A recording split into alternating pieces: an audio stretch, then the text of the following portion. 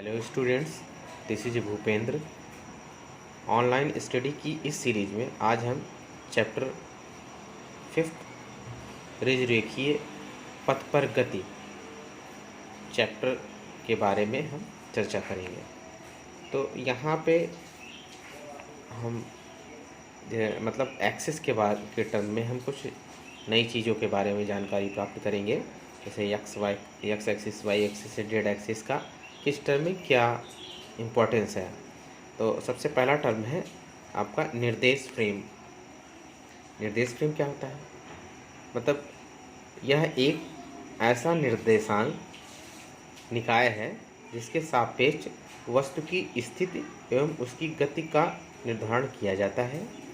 किसी वस्तु अथवा कण के निर्देशांक को, जैसे एक्स वाई जेड, मूल बिंदु के सापेक्ष वस्तु अथवा कण की स्थिति का निर्धारण करते हैं। कहने का सेंस ये है कि जब हम किसी वस्तु अथवा कण के निर्देशांक मूल बिंदु के सापेक्ष उसकी स्थिति को प्रदर्शित करते हैं, तो एक निर्देश फ्रेम समय मापन हेतु एक घड़ी की व्यवस्था होनी चाहिए, जिससे यह भिन्न भिन्न क्षणों पर वस्तु की स्थिति का आकलन कर सके।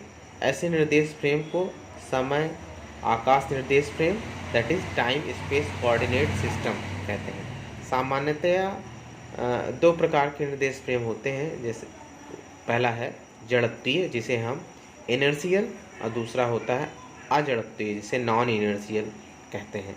तो हम यूज़ करते हैं और इसके बारे में विस्तृत रूप से चर्चा हम करेंगे न्यूटन के गति विषयक नियम का जो आगे चैप्टर है उसके बारे में चर्चा करेंगे।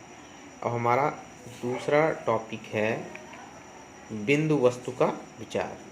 बिंदु वस्तु के विचार में हम यदि वस्तु की गति का वर्णन करने से पहले हम एक बहुत महत्वपूर्ण बिंदु पर विचार करेंगे।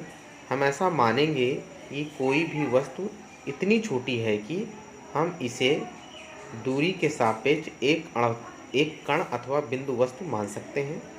यदि किसी वस्तु द्वारा चली गई दूरी किसी समयांतराल में काफ़ी अधिक है, तो हम इस वस्तु के आकार की उपेक्षा कर सकते हैं और हम उसे एक बिंदु मान सकते हैं।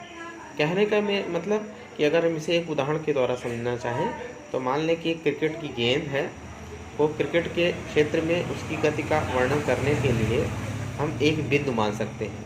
इसी प्रकार अगर हम रेलवे प्लेटफार्म की बात करें, तो रेलवे प्लेटफार्म पर खड़े व्यक्ति को प्लेटफार्म से गुजरने वाली ट्रेन की तुलना में एक पर्टिकुलर पॉइंट माना जा सकता है।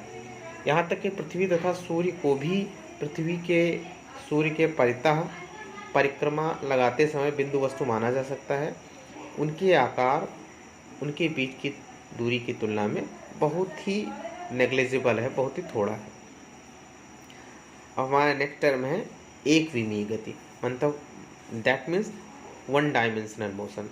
तो यहाँ पे एक विमीय, दो विमीय और तीन विमीय, दैट मतलब one dimensional, two dimensional and three dimensional. एक विमीय, द्विविमीय एंड त्रिविमीय। दो विमीय को द्विविमीय कह सकते हैं। अब एक विमीय गति क्या है? किसी वस्तु की गति का निर्धारण एक्स वाई जेड निर्देशांकों या निर्देशाक्षों में से किसी एक निर्देशांकों को समय के साथ परिवर्तन के द्वारा प्रदर्शित किया जा सके। और यह ध्यान रहे कि ऐसी स्थिति में दो निर्देशांक नियत होंगे। मतलब अगर हम एक्स एक्सिस, वाई एक्सिस और जेड एक्सिस में का एक डायग्राम क्रिएट करें विद रिस्पेक्ट टू टाइम, तो उस स्थिति में हम ऐसी उनका किसी एक का समय के साथ परिवर्तन प्रदर्शित कर सकें। और यहाँ पे ध्यान रहे कि शेष दो जो रहेंगे वो कांस्टेंट रहेंगे।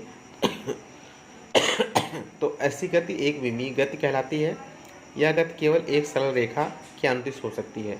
सरल रेखा क्षैतिज, ऊर्ध्वाधर अथवा त्रियक कोई भी हो सकती है, जैसे सीधी पटरियों पर दौड़ती रेलगाड़ी, ऊपर की ओर उछलती हुई गेंद अथवा आन समतल पर चढ़ता हुआ व्यक्ति। अब नेक्स्ट है हम लोगों का टॉपिक है द्विविमीय गति। यदि किसी वस्तु की गति का निर्धारण x, y, z निर्देशांकों में से किन्हीं दो निर्देशांकों को समय के साथ परिवर्तन के द्वारा निरूपित किया जाए तो इसी द्विविमीय गति कहते हैं। कहने का मतलब अगर 3 एक्सिस हैं उसमें से किसी दो को लेंगे और तीसरे को हम कांस्टेंट मान लेंगे, तो इस प्रकार का जो निर्धारण होता है वह हमें द्विविमीय गति को समझाता है। इस गति में गतिशील कण एक ही समय में दो भिन्न भिन्न दिशाओं में गति करता है, जैसे प्रक्षेप्य गति, वृत्तीय गति। मतलब जैसे x एक्सिस, y एक्सिस और z एक्सिस किया जाए तो चाहे ये टर्म मान लें, चाहे ये टर्म मान लें, चाहे ये, मतलब दो ही एग्जिस्ट करेंगे। अब तीसरा है यह त्रिविमीय गति, 3 डायमेंशनल मोशन। यदि किसी गतिशील वस्तु की गति की व्याख्या करने के लिए x, y, z तीनों निर्देशांकों की एक साथ आवश्यकता पड़े तो ऐसी गति त्रिविमीय गति कहलाती है। कहने का मतलब x axis, y axis and z axis तीनों एग्जिस्ट करेंगे विद रिस्पेक्ट टू टाइम, मतलब किसी एक को हम कांस्टेंट नहीं मान सकते हैं, तो ऐसी गति त्रिविमीय गति कहलाती है। जैसे किसी पात्र में बंद गैस के अणुओं की गति त्रिविमीय गति कहलाती है।